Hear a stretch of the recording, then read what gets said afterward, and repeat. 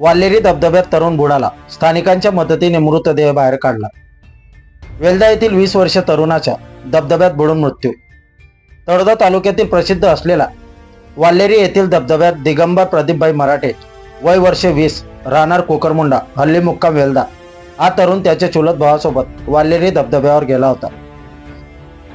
पाण्यात उतरण्याचा मोह आणि धबधब्यातील पाण्याच्या खोलीचा अंदाज न आल्याने दिगंबर पाण्यावर आलाच नाही।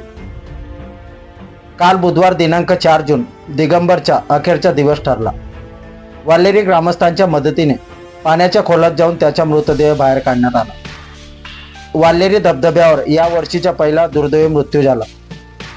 मनमोहक धबधबा असला जरी तरी अतिउत्साह जीवघेणा ठरू शकतो। दिगंबरच्या दुर्दैवी मृत्यूने वेल्हा आणि कोकरमुंडा परिसर हळहळला आहे।